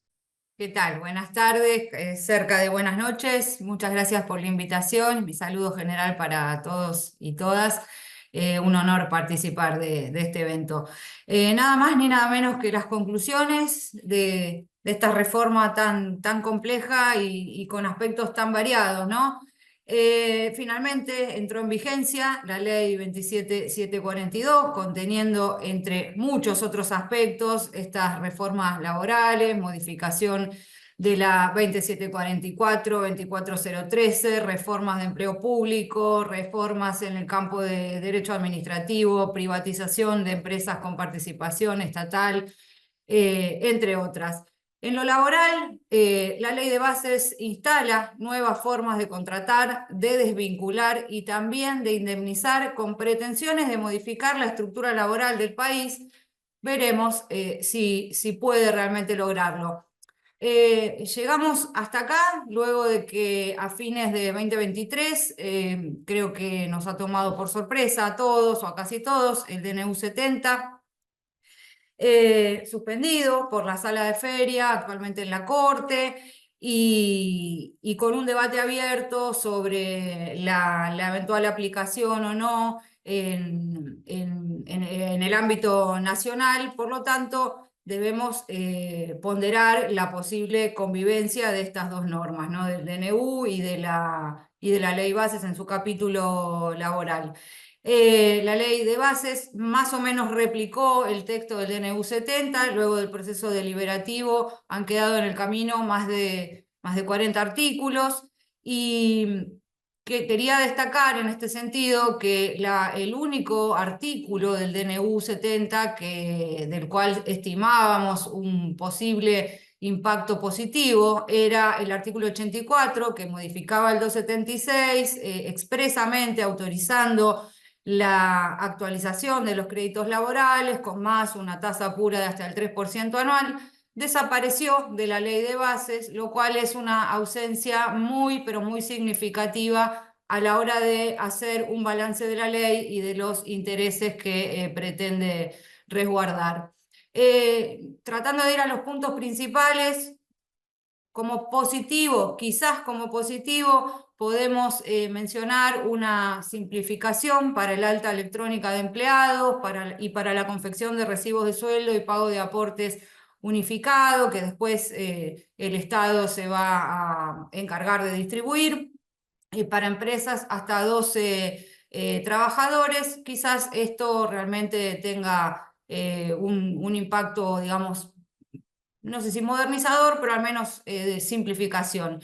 Yo lo voy a denominar con un carácter, digamos, o posible, neutro, el capítulo del blanqueo laboral, que también se regula en los artículos 76 a 81, independientemente de la posición ideológica o filosófica que podamos tener respecto de los blanqueos.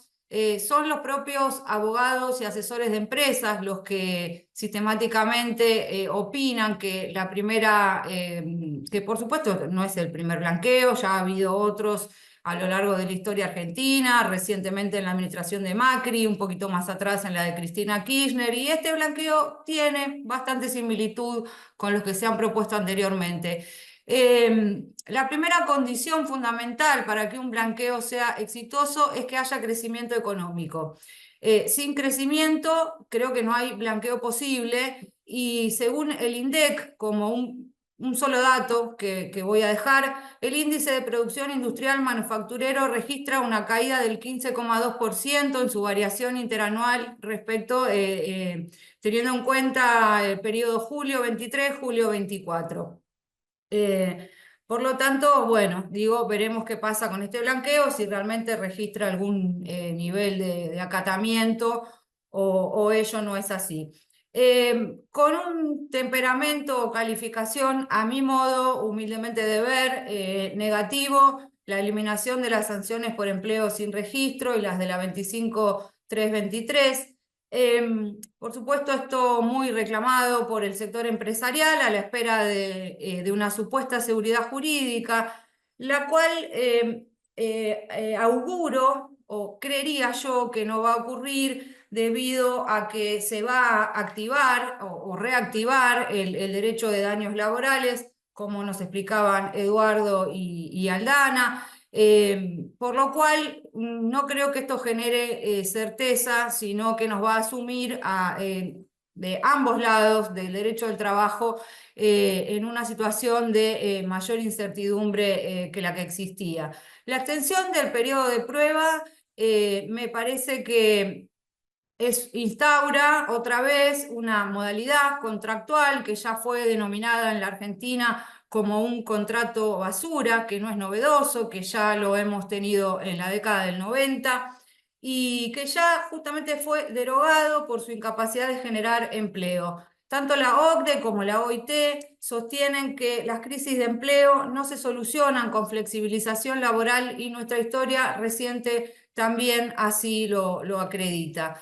La fragmentación de la presunción del 23, no siendo aplicable según la ley en casos de facturación de obras y servicios, la tercerización en cuanto se elimina la presunción de relación de dependencia respecto de la empresa principal, permitiendo que cualquiera registre la relación laboral, va a facilitar casi con seguridad o con un alto grado de probabilidad que quien registre sea la persona más insolvente o denominado hombre o sujeto de paja. No solo no me parece que sea protectorio o ventajoso para el trabajador, sino para el propio, digamos, mercado del empleo en relación, por ejemplo, a las agencias de empleo, quienes van a verse en una situación de competitividad desventajosa, toda vez que cualquier persona va a poder contratar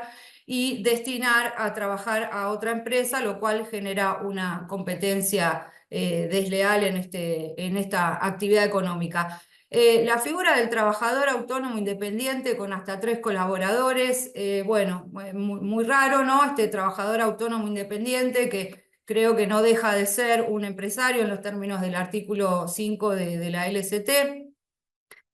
Tampoco creo que brinde mayor certeza, toda vez que a partir del nacimiento de una relación contractual y realmente autónoma, también se va a comenzar un camino impregnado de inseguridad, ya que la norma de ninguna manera les va a impedir a los trabajadores acceder o recurrir a los jueces para que estos se pronuncien sobre la real naturaleza jurídica del vínculo. Entonces, el beneficio de crear empleo no garantizado por la norma me parece que no justifica el grado de afectación del principio protectorio.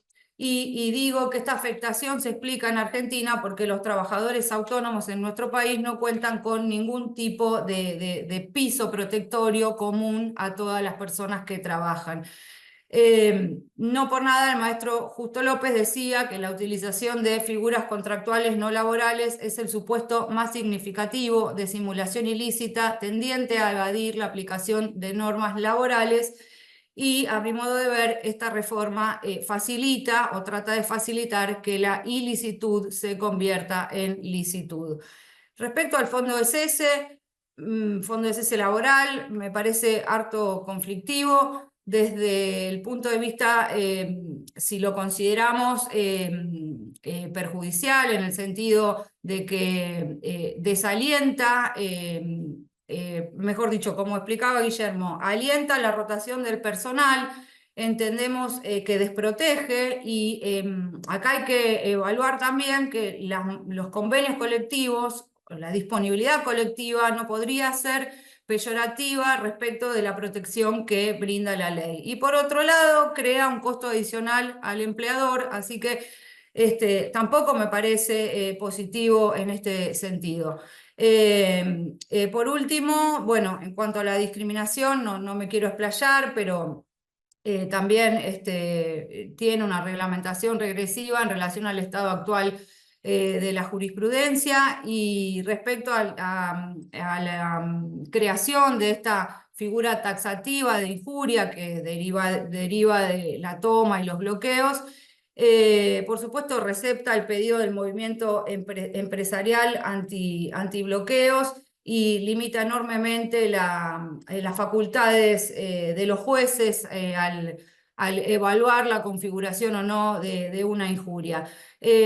Para terminar, creo que la ley de bases plasma la huida del derecho del trabajo, y ahora nos queda desandar este camino para ver si la ley cumple o no sus finalidades y si esta huida del derecho laboral traspasa o no los límites constitucionales y convencionales vigentes. Muchas gracias. Muchas gracias, doctora de Arce. Muchísimas gracias. Bueno, hemos llegado al fin y cumpliendo con el plazo previsto, así que muy contentos. Muchísimas gracias por el tiempo y la generosidad de haber compartido sus conocimientos en un tema que es novedoso, que hay que traer un poco de luz, ¿no? Hay gente que tiene muchas inquietudes sobre esto, muchos abogados laboralistas que están pendientes de las novedades que van saliendo respecto a este tema. Y bueno, las reflexiones fueron muy válidas, creo que hay mucha gente contenta en el Facebook que nos han acompañado, más de 400 personas. Así que agradezco muchísimo nuevamente a Daniel y a Guillermo por la organización, a todos los disertantes por el tiempo que nos han regalado para poder tener este evento y con este éxito bueno, que hemos tenido. Y saludo a todos los que nos han acompañado en el Facebook en vivo, que bueno, nos han acompañado con comentarios y con apoyo, y bueno, fue muy interesante porque se ha generado como una especie de foro ahí donde han estado participando también los mismos, bueno, los oyentes, ¿no? Que fue muy interesante también. Bueno, muchísimas gracias a todos. Damos por terminado esto. Les cuento así como anticipo, y de paso los comprometo más todavía a Guillermo y a Daniel, que va a haber un dossier 3 en camino, que vamos a estar tocando el tema de Provincia de Buenos Aires, la operatividad parcial de la ley 15.057 de procedimiento laboral, que es otro tema sumamente interesante que ha surgido en este último tiempo. Y bueno, ya ellos están trabajando en la convocatoria de autores para participar de este nuevo dossier, y bueno, esa es la novedad. Bueno, muchísimas gracias a todos, muy buenas tardes.